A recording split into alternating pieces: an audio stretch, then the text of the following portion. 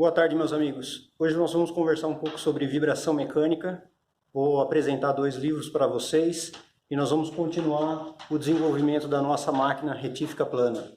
Eu aproveito para pedir para vocês o seu like para contribuir com o canal, se inscrevam no canal e compartilhem com as suas redes sociais. Bom, meus amigos, aqui nós vamos mostrar aqui um pouco de vibração mecânica. E vamos usar esses 2 livros. Vibrações Mecânicas, a 4ª edição, do Shinjirezu Hao, da editora Pearson. Esse livro aqui é usado na engenharia mecânica, no 4º ano.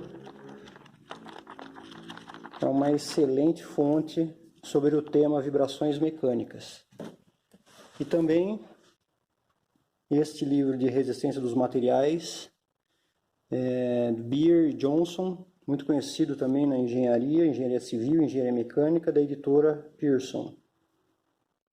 Vou deixar aí nos comentários, na descrição do vídeo, as informações dos livros.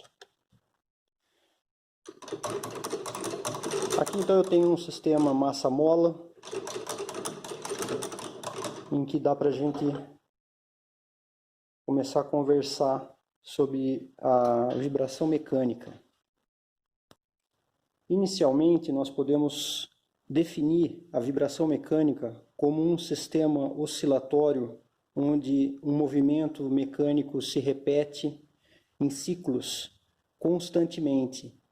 E pensando na parte de energia e a sua conservação, é demonstrar que um sistema mecânico vibracional ele funciona com alternância de energias entre a energia cinética, a energia potencial elástica e a energia potencial gravitacional.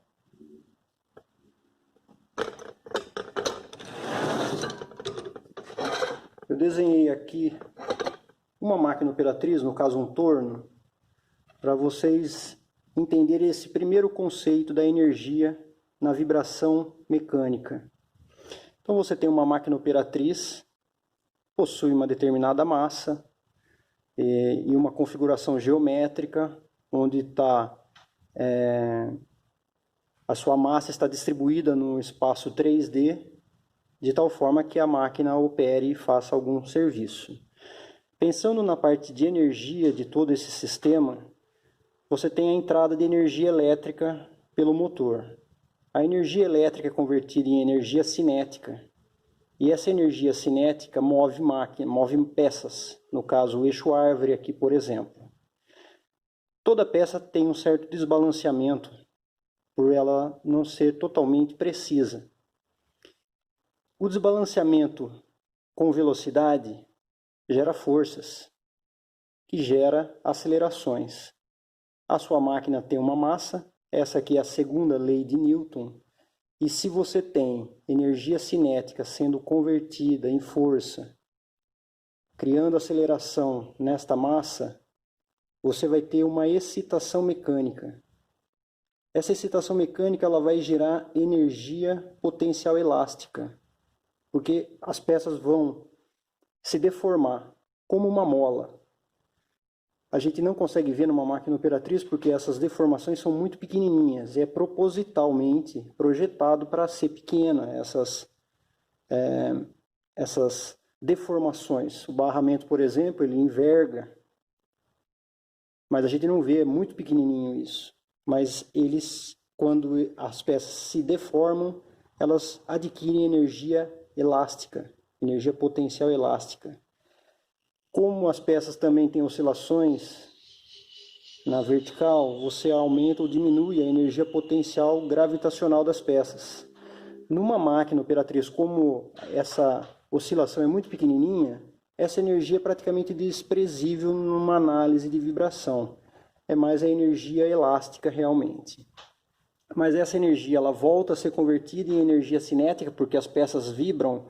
Se elas vibram, elas possuem deslocamento. Se ela tem deslocamento, ela tem velocidade. Se ela tem variação na velocidade, ela também tem acelerações, porque ela sobe e desce, então para subir e descer, ela tem que parar. Quando ela para, ela está com velocidade zero, mas a sua aceleração está máxima.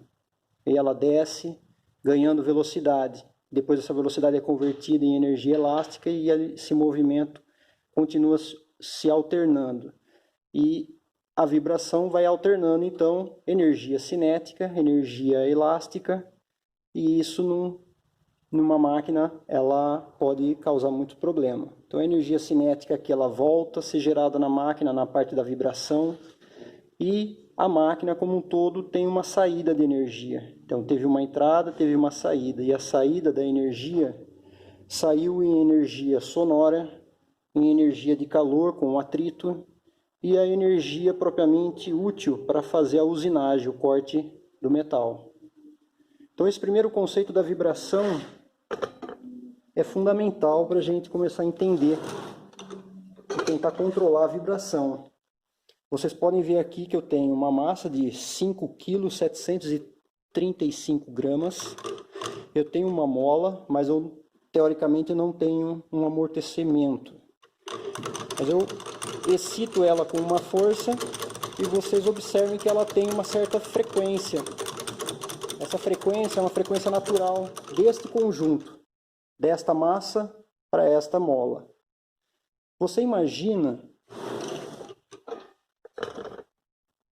as duas pernas aqui do torno, você imagina como se ela fosse uma mola muito grande, uma mola muito rígida.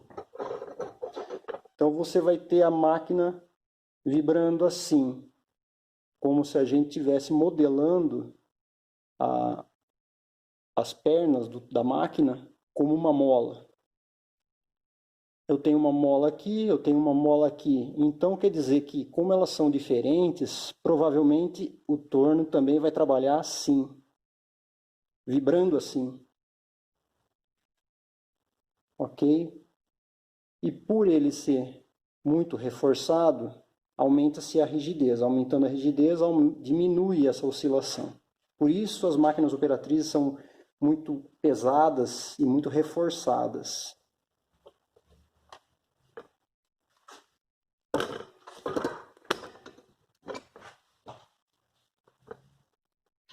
Aqui nós vamos falar sobre a frequência natural circular. Essa frequência natural, todo sistema, toda máquina, todo corpo sólido tem a sua frequência natural. Cada torno, cada fresa, cada conjunto de peças tem a sua frequência natural. Essa, no caso aqui, é a circular, que é dada em radianos por segundo. Essa é a fórmula que eu gostaria que vocês tivessem na mente quando vocês forem projetar uma máquina. Porque aqui você tem os dois parâmetros principais para você trabalhar na parte da frequência. Se você fizer uma máquina e tiver uma frequência muito grande, uma máquina que vai usinar, isso não é desejável. É desejável que ela seja o menor possível. Então vocês veem que a frequência natural é a raiz quadrada da rigidez da mola dividido pela massa. Como aqui, eu tenho uma massa, eu tenho uma mola. A unidade da rigidez é Newton, eu errei aqui. É Newton por metro. E a massa é dada em quilo. Isso no sistema internacional. Se eu quiser transformar radianos por segundo para hertz, é só dividir por 2π. 2π radianos é uma circunferência de 360 graus. Vocês podem observar aqui que eu desenhei aquele esquema do bloco de massa com uma mola. E vocês observem que ele atinge um máximo e depois atinge um mínimo. E aqui eu tenho uma variável que é a posição do meu corpo, onde ela atinge um máximo e um mínimo. No máximo, a velocidade é zero, mas a aceleração é máxima. Quando ele chega no centro, a aceleração ela está em zero. Aqui, na verdade, a aceleração ela vai inverter de sentido. Quando está aqui em cima, a aceleração está para baixo, e quando ela está aqui embaixo, a massa, a aceleração está para cima. Então, essas coisas vão se alternando. O deslocamento se alterna perante o tempo. Aqui é um movimento harmônico, por isso nós podemos usar essa fórmula. Não dá para usar essa fórmula em todos os cálculos, não é assim tão simples. O cálculo de vibrações é algo muito complexo, fazer toda a modelagem de um problema, e é necessário uma matemática muito avançada. Aqui vocês veem uma senoide que descreve basicamente esse movimento. Aqui eu tenho então a curva do meu deslocamento no x perante ao tempo, né? Se eu derivar essa função do x em tempo, eu vou ter a função velocidade. E se eu derivar a função velocidade, eu vou ter a função aceleração.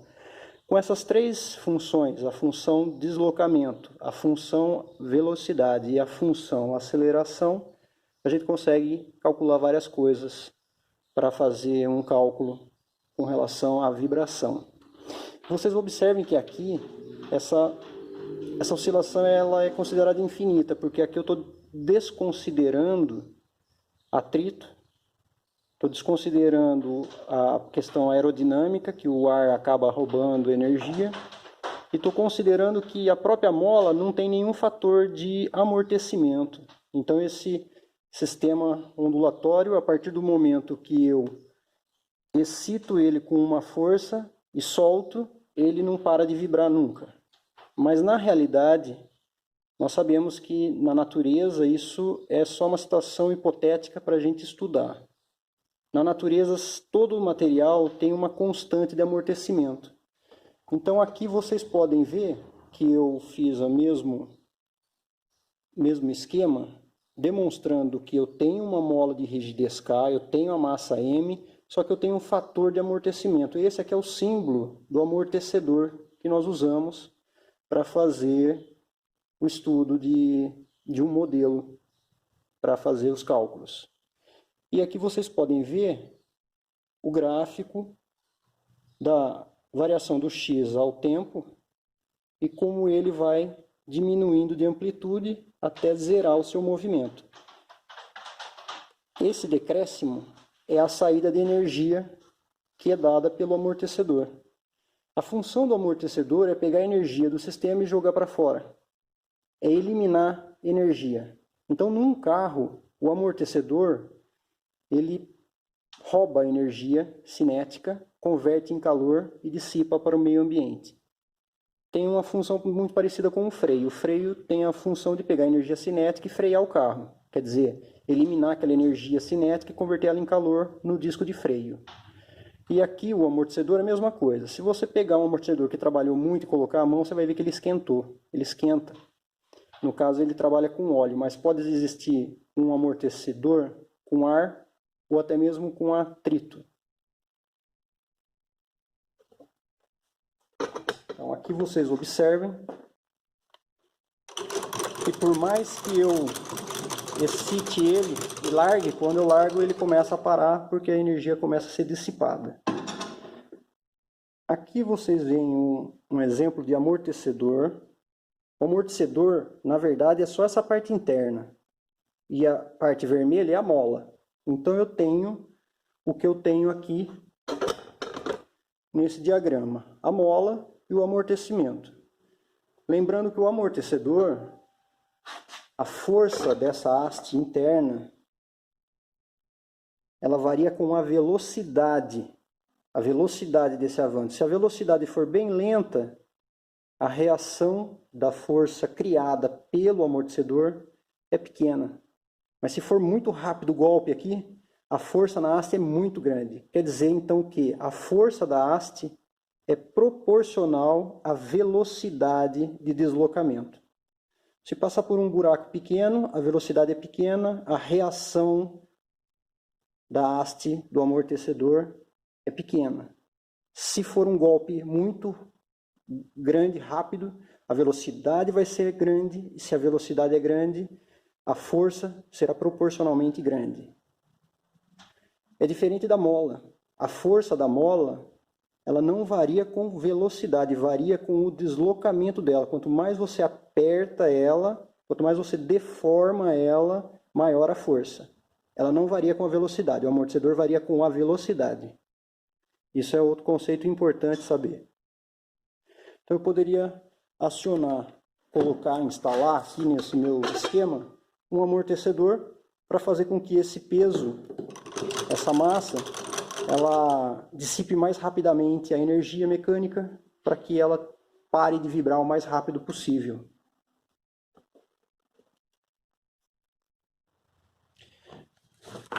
Bom, na página 55, vocês podem ver movimento harmônico. Isso acontece na biela manivela, né? Onde aqui é o movimento do cilindro do motor. É o mesmo esquema. E vocês observem aqui aquela fórmula que eu passei. Frequência natural é dada pela raiz quadrada de K sobre M. Nós vamos falar sobre o K. O M a gente já consegue entender, né? Então a gente vai construir uma máquina.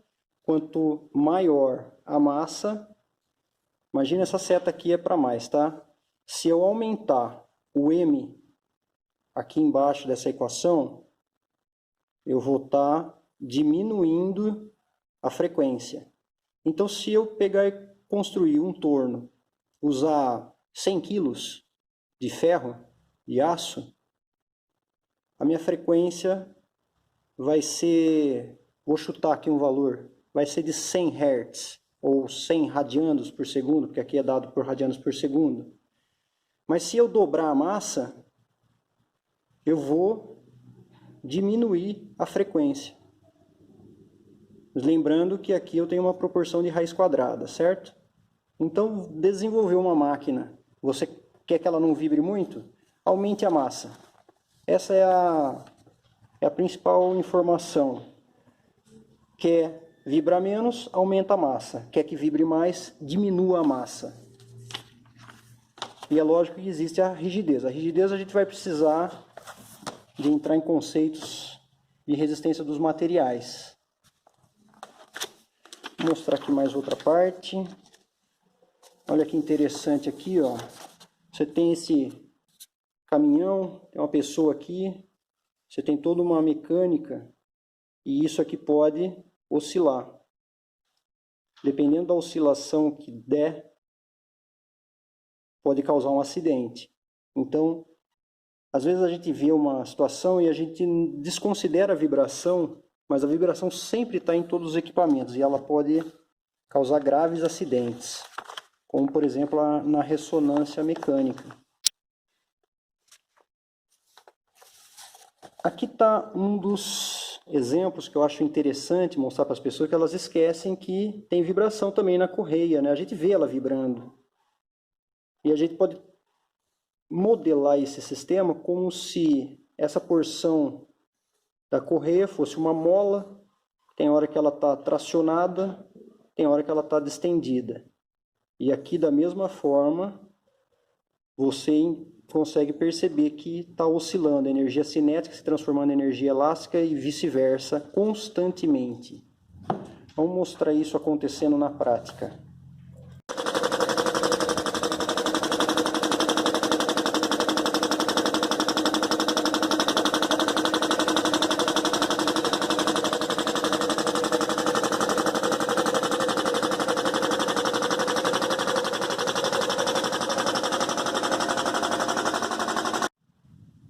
Voltando ao meu projeto da retífica, essa vibração que a gente viu na correia também vai acontecer no cabo de aço. Cabo de aço que vai controlar a posição do meu cabeçote. Então eu tenho que lembrar desse efeito e tentar minimizar os efeitos que essa vibração pode causar. Algo importante a ser salientado é sobre a ressonância mecânica. Toda máquina, todo dispositivo, todo conjunto de peças tem uma frequência natural, como a gente já mostrou naquela equação. Aquela equação sem o amortecimento, mas nós também temos outras equações com o fator amortecimento. A ressonância é quando você tem uma força de excitação, como aqui o meu dedo está excitando esse bloco de aço, ele está oscilando numa determinada frequência. Tantas oscilações por segundo, por exemplo, né, que seria o Hertz. Se eu coincidir a minha frequência de excitação com a frequência natural desse sistema, ele vai ganhando energia, até entrar em colapso. Eu vou tentar fazer aqui, demonstrar para vocês como ele vai absorvendo energia, crescendo o movimento e entrando em ressonância. Olha lá, chega até pular fora, podendo quebrar toda a estrutura. Isso pode derrubar pontes, como já aconteceu. Legal, então toda estrutura tem uma frequência natural. Se tem uma frequência natural, nós temos que tomar cuidado para não trabalhar com um determinado mecanismo que vai excitar o sistema com a mesma frequência ou próxima a ela, podendo causar um acidente. Existe o fenômeno do batimento, que é algo que é uma quase ressonância mecânica. Ele vai gerar movimentos assim. Ele está quase na ressonância, ele tem um certo comportamento, pode ser assim, um pouco diferenciado assim, ou pode até ser assim. Ok? Ele quase chega, você vê que aqui ele tem um pico de movimento, de deslocamento do eixo X em relação ao tempo, só que ele volta a perder, mas depois ele volta a ganhar amplitude, então ele quase entra em ressonância. Esse é o fenômeno de batimento. Esse também é um problema, isso aqui não é desejável. Quer dizer, não é desejável numa máquina operatriz, mas você pode trabalhar em algum outro equipamento que você queira exatamente esse fenômeno. Aí você pode calcular e ajustar o projeto até atingir algo satisfatório para a sua máquina. Aqui outro exemplo bem interessante. Existem algumas chaminés que a gente vê e ela tem um spoiler helicoidal. Esse spoiler ele serve para quebrar o vento, porque o vento pode entrar em ressonância com a frequência natural dessa chaminé e derrubar a chaminé. Então o spoiler, além de aumentar a rigidez mecânica, que é aquele K, o fator K, ele vai reforçar a estrutura, ele também quebra os vórtices do vento, que podem entrar em ressonância e derrubar uma estrutura. E olha só, isso aqui é uma plataforma de petróleo. São estruturas gigantescas. Carro de Fórmula 1, mesma coisa. Carro de Fórmula 1 trabalha no limite. Então, se você pegar o amortecedor de um carro de Fórmula 1 depois de uma corrida e botar a mão, você vai queimar a tua mão, de tanta energia que dissipou do sistema mecânico de suspensão do carro. Aqui, interessante, é um exemplo de uma retífica, é um problema, onde ele cria um modelo, aqui o rebolo, ele vai ter uma oscilação no eixo X. Aqui o eixo X está na vertical, você pode colocar ele na posição que você quiser, tá? Para modelar o problema. Então é uma retífica parecida lá com a minha situação. Aqui ele tem uma função. E também tem aqui, ó, por exemplo, o isolador, que é uma mola e tem um amortecimento. Isso aqui está nos meus pezinhos.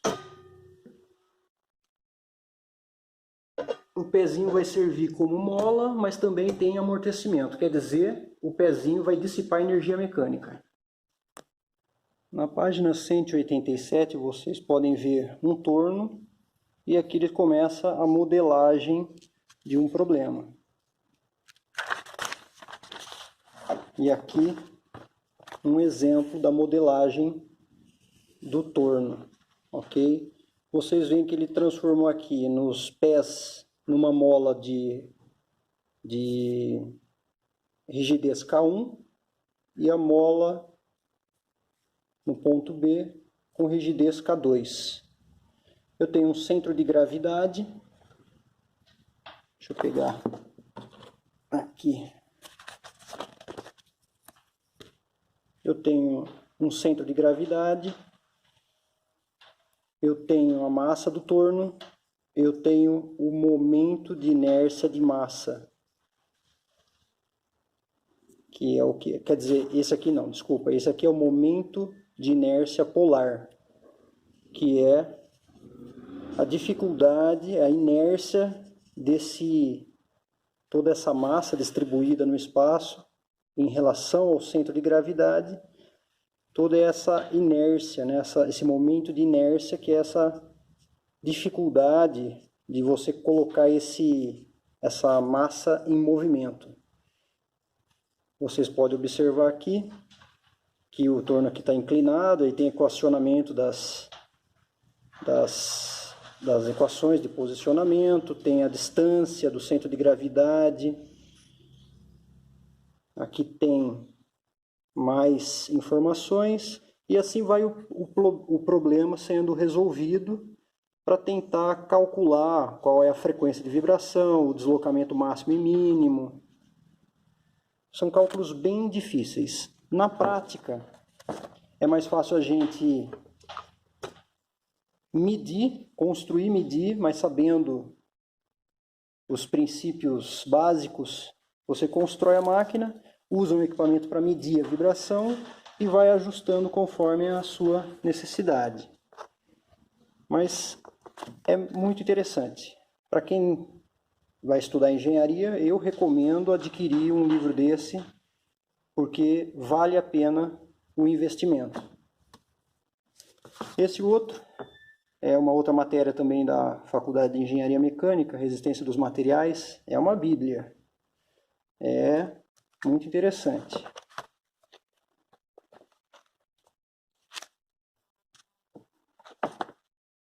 Aqui exemplos de fraturas, mas eu não vou entrar no detalhe aqui, mas aqui nós podemos ver com relação àquele fator de rigidez da mola. Eu tenho aqui um apêndice D, que é algumas formas de deformação de vigas. Olha que vocês podem interessante aqui. Aquele K, por exemplo, a rigidez, se você pensar que isso aqui pode ser considerado uma mola, por exemplo, a mola de um caminhão, uma caminhonete, aquelas molas de feixe. E a mola tem um deslocamento, tem uma carga, uma força. Esta flecha, esse deslocamento por causa dessa força, é dada por esta equação, onde vocês podem observar que tem o P, que é a carga, é a força, o L é o comprimento da barra. Então, quanto maior o comprimento da barra, você vai ter uma deflexão maior, elevado à potência 3. Então, essa informação pesa muito nessa grandeza. Se você dobrar o L, você vai dobrar ele elevado à terceira potência. Dividido por 3, aí tem o E. O E é o módulo de Young, o módulo de elasticidade do material. E tem o I. O I é o momento de inércia. Bom, então vocês podem ver que tem aqui a carga distribuída e cada uma com as suas fórmulas. Então está meio tabelado aqui. Existe aqui que você pode considerar, por exemplo, o barramento do torno. Não que você vá necessariamente usar as fórmulas para você criar uma máquina aí para o seu uso, mas se você souber quais são os fatores que implicam, você pode escolher no seu projeto determinados fatores para te ajudar. Por exemplo, aqui, se eu for desenhar algum projeto que eu tenha um comportamento mecânico parecido com isso, poxa, eu vou levar em consideração esse comprimento L aqui. Se eu quiser um Y maior, eu aumento. Eu posso diminuir quando eu quiser que ele trabalhe menos. Eu posso escolher o material, esse E aqui, que é o módulo de Young. Eu posso escolher, por exemplo, um determinado aço. Eu não vou escolher, por exemplo, alumínio, porque aqui o alumínio ia ter um módulo de Young bem menor e essa flecha iria ser muito maior. Então eu não uso alumínio para a construção de máquina operatriz. O I é o formato, né? Eu vou tentar brevemente explicar isso para vocês. Também tem tabelado aqui, por exemplo, momento de inércia de figuras planas. Tem o quadrado aqui, tem as fórmulas deles, referenciada aos seus eixos. É importante salientar isso, que o momento... Deixa eu reposicionar a máquina.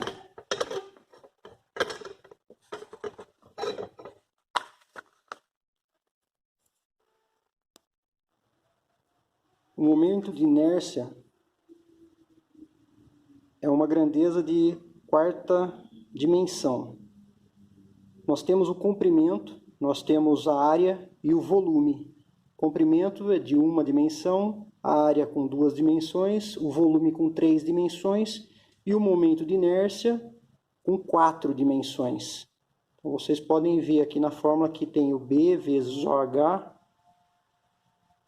elevado à terceira do momento de inércia do X'. X' é esse eixo central aqui. Então você consegue calcular o momento de inércia referenciado ao eixo X' com essa fórmula. Eu fiz aqui algo para tentar explicar para vocês. Imagina que aquela barra que nós vimos na fórmula passada fosse essa daqui. Estivesse usando ela para fazer uma máquina. Ela tem uma seção quadrada, retangular aqui no caso, né? Que coincidentemente é parecida com essa daqui. Só que essa daqui é maior só para a gente falar um pouco sobre o momento de inércia. Então, outro fator importante no projeto mecânico é o momento de inércia transversal de um perfil. Então, no caso aqui, esse é retangular, mas eu tenho a fórmula aqui para calcular quando o perfil é triangular, circular, né? O circular a gente pode usar para cálculo de eixo árvore. Se o eixo árvore for oco, eu posso usar o momento de inércia externo menos o momento de inércia do furo e eu consigo calcular o momento de inércia de um tubo, de um semicírculo, de um quarto de círculo, e assim tem tabelado alguns momentos de inércia, algumas fórmulas que você pode adquirir. Bom, aqui você tem que entender o seguinte: o momento de inércia, mais ou menos, você tem um eixo, tá? E você tem uma distribuição dessa área em relação ao eixo. Quanto mais longe essa área tiver do eixo, maior o momento de inércia. Tem como demonstrar isso matematicamente. Mas aqui eu quero ver se vocês conseguem entender, porque isso aqui a maioria das pessoas que trabalham com mecânica já percebem, só não conhecem isso como um momento de inércia. Então, é como se você tivesse a inércia, a dificuldade de você girar aquela área, aquela seção em relação a um determinado eixo. Então, no caso aqui é um eixo central, que está passando pelo centro de gravidade dessa superfície aí. Se eu pegar esse outro eixo aqui, como a área está mais distribuída, mais longe desse eixo, ele vai ter um momento de inércia maior. Então, se ele tem um momento de inércia maior, vamos voltar naquela fórmula.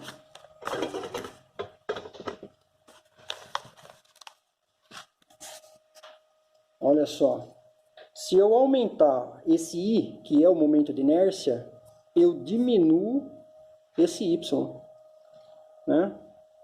Então, vamos lá na prática. Se eu for usar essa barra para fazer um determinado dispositivo. Se eu usar ela assim, e eu tenho a força aqui, ela vai curvar mais. Se eu colocar essa barra na vertical, ela vai curvar menos. Isso é intuitivo para quem mexe com mecânica. A pessoa só não sabe o porquê que isso acontece. É por causa do momento de inércia da seção transversal do perfil.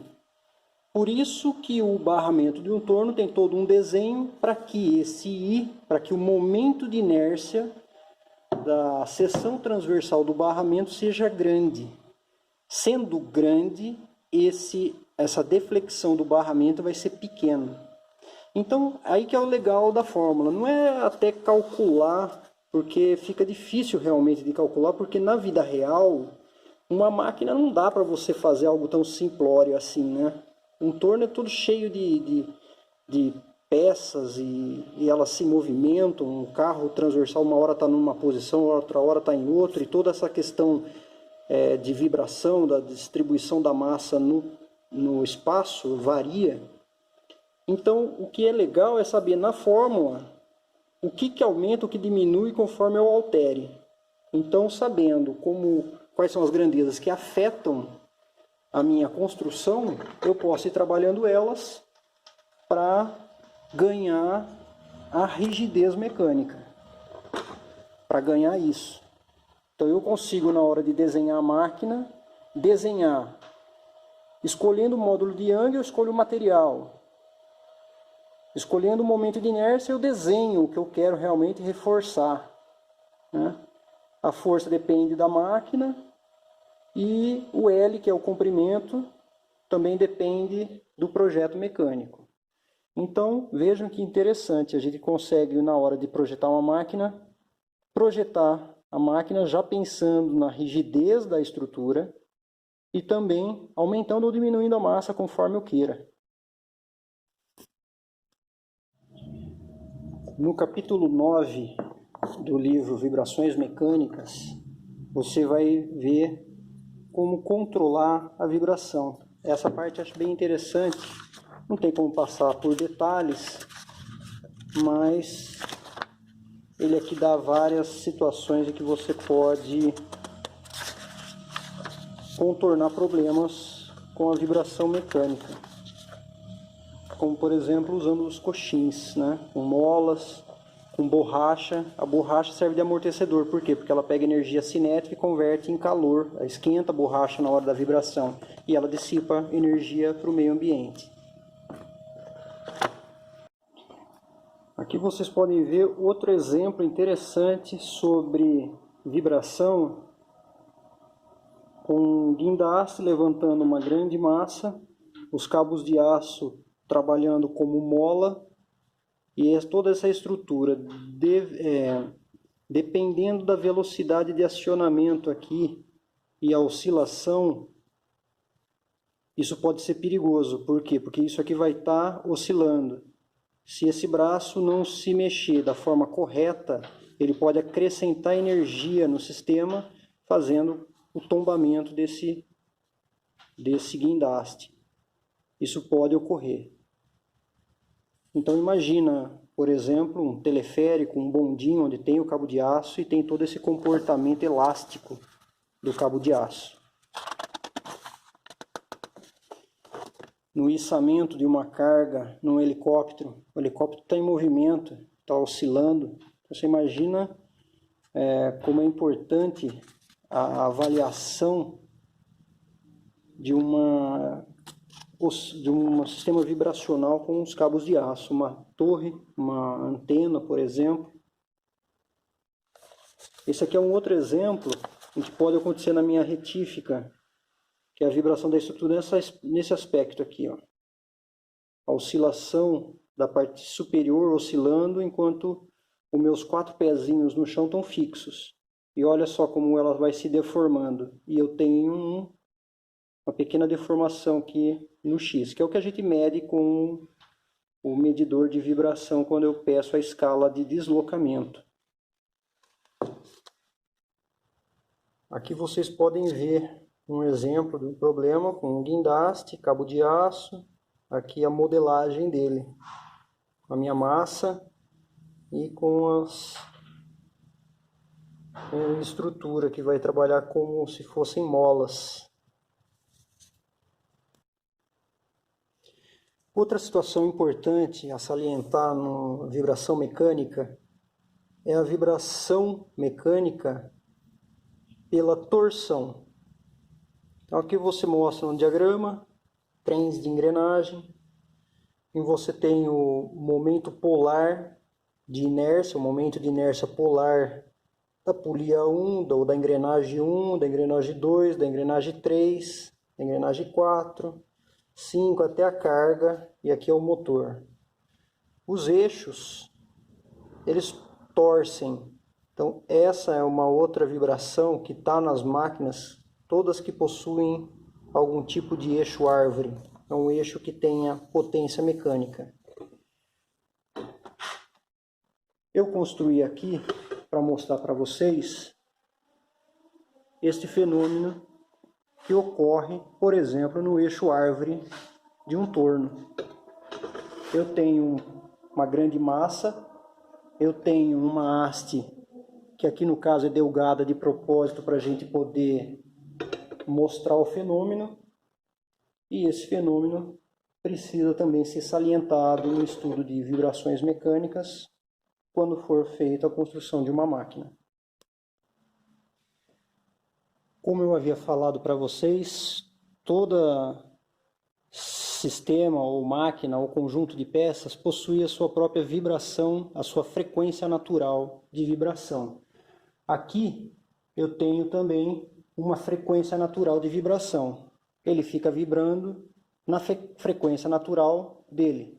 Porém, ele tem um amortecimento que é intrínseco ao próprio material. Quem está dissipando a energia como um amortecedor é a deformação cristalina do aço da haste. Está transformando a energia que está nesse disco, que está sendo alternado entre energia elástica e energia cinética. Você vê que ela não para de oscilar, só que ela está freando, ela está diminuindo. Então está tendo uma dissipação de energia aqui, que está tirando energia do sistema e jogando para o meio ambiente. Aqui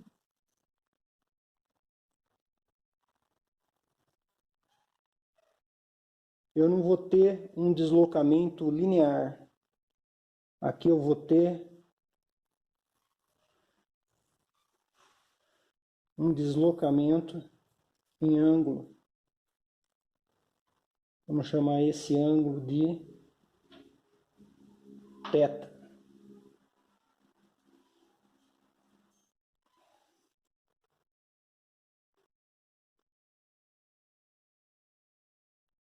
Vocês podem observar que esse é um outro tipo de vibração em que está nos meus eixos árvore.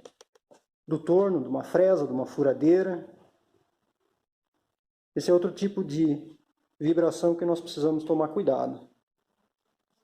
No meu caso, aqui, eu vou ver esse fenômeno neste braço, onde, imagina que o meu braço aqui seja a minha mão, o motor, e o meu braço, essa estrutura tubular. Ela vai tender a ficar girando assim. Ok? Então eu tenho um movimento do cabeçote que vai estar oscilando assim. Eu vou ter outro movimento, ele oscilando assim, quicando em cima da peça. Ok? E para isso eu vou trabalhar a minha rigidez mecânica, que é o meu K dessa estrutura, preenchendo esse tubo com granito epóxi e preenchendo essa estrutura também, esse tubo, aumentando a rigidez do meu braço. Se eu aumento a rigidez, eu diminuo a frequência natural desse conjunto.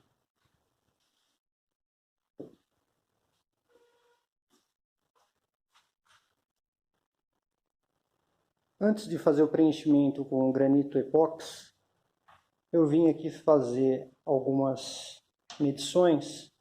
Anotei para controlar neste papel a leitura tanto do deslocamento quanto da velocidade e da aceleração.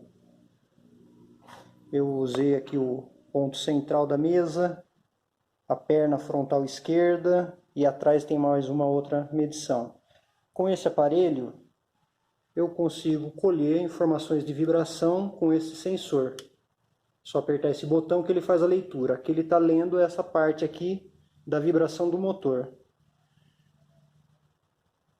Eu precisava de verificar se a vibração do rebolo para com a mesa, elas estavam em fase ou elas estavam diferenciadas.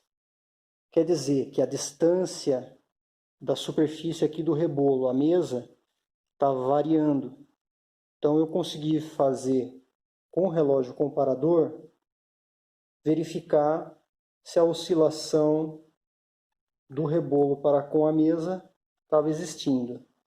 Não façam isso com o seu relógio apalpador, não é indicado para esse tipo de ensaio, mas eu vou fazer para mostrar para vocês.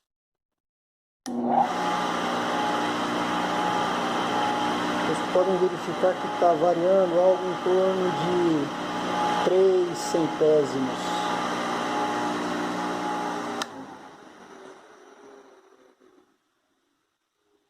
Com a leitura da vibração, com as 3 grandezas, que é o deslocamento, a velocidade e a aceleração, esse aparelho ele vem com esse manual e tem esse ábaco, onde você pode aqui, nesta linha, nessa escala logarítmica, você entra com o deslocamento em milímetro.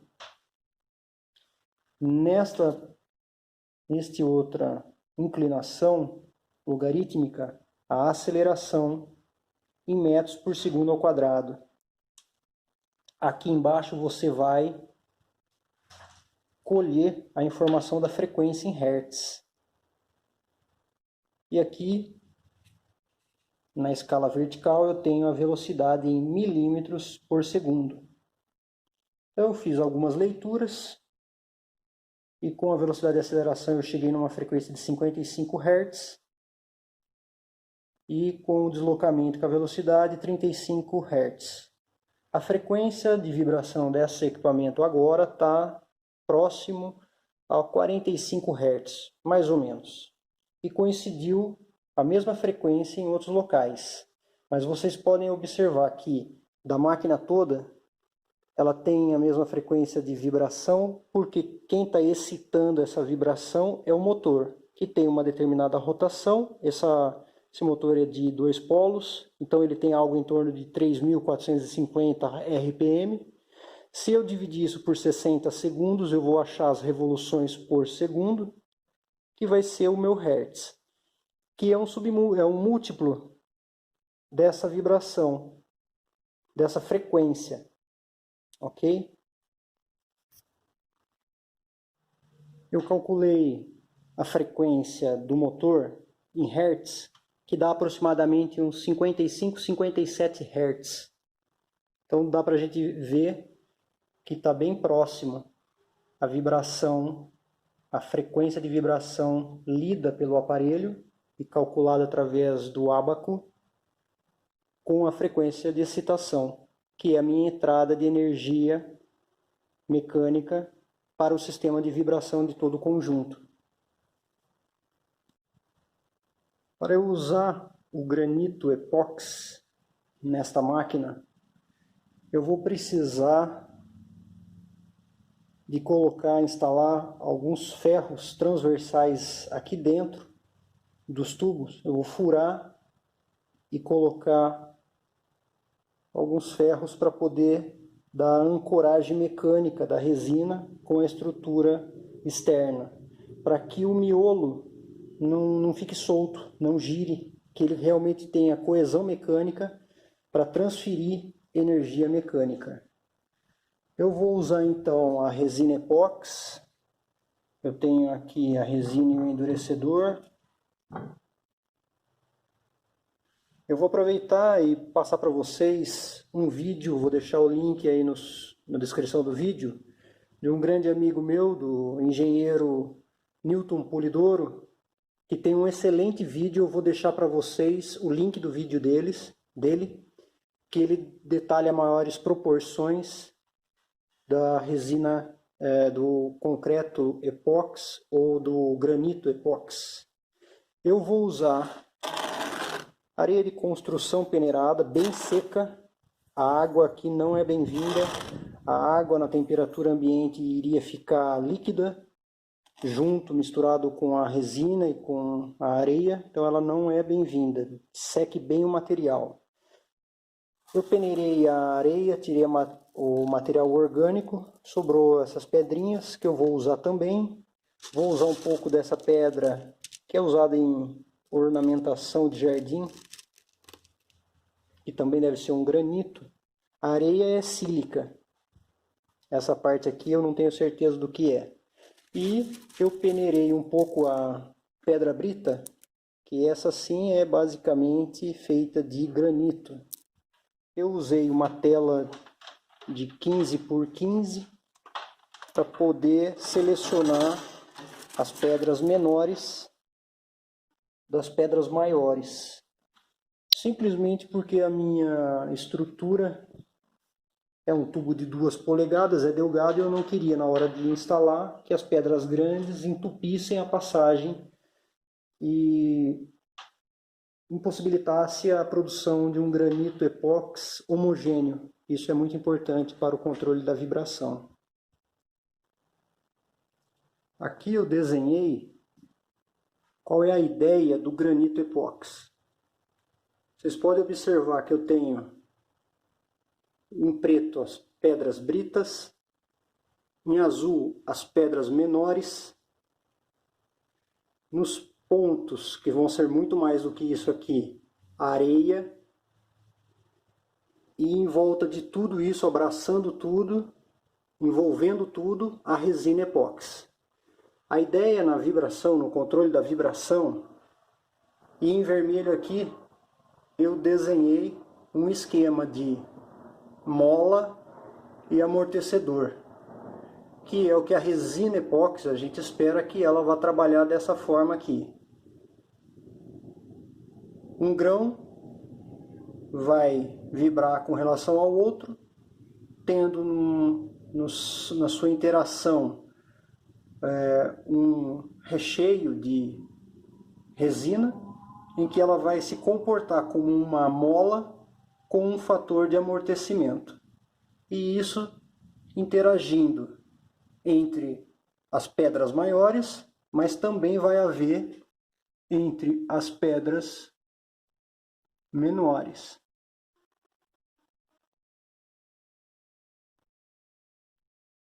E entre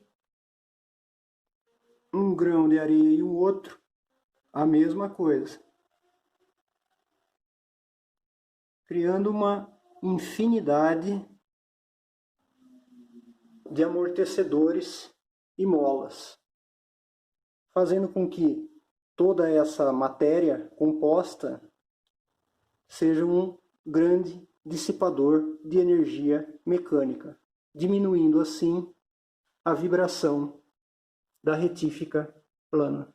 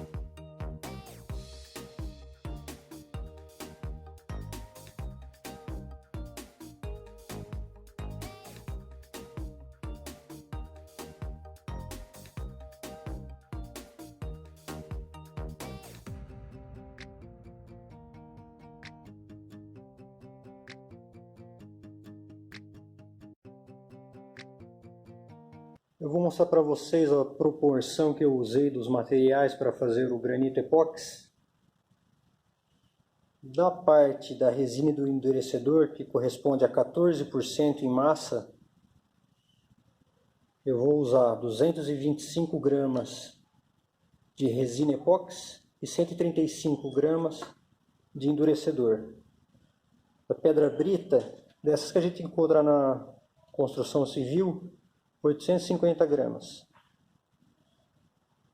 Pedrisco, que eu peneirei da própria areia, é uma areia meio grossa, 280 gramas. Areia média é areia de construção bem seca, 600 gramas. E o granito branco que eu usei, pequeno, grão pequeno, 370 gramas. A parte sólida corresponde a 86% da mistura. Eu usei essa balança, segui a receita do engenheiro Newton. Vou deixar o link aí do vídeo para vocês verem maiores detalhes que ele passa. Agora eu vou misturar tudo e preencher os tubos da estrutura. Eu fiz esse pilãozinho aqui de ferro para ajudar a desobstruir e fazer o ar sair e o material entrar.